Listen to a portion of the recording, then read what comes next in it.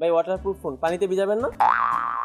ভাই এটা হচ্ছে স্যামসাং IP68 রেটেড। IP68 এর অর্থ কি? 1 মিটার পানিতে 30 মিনিট থাকবে। তাহলে পানিতে ভিজান। বললাম না, এটা হচ্ছে স্যামসাং। এটা কাগজে লেখা আছে ভাই, 1 মিটার পানিতে 30 মিনিট থাকবে। দেখি তো।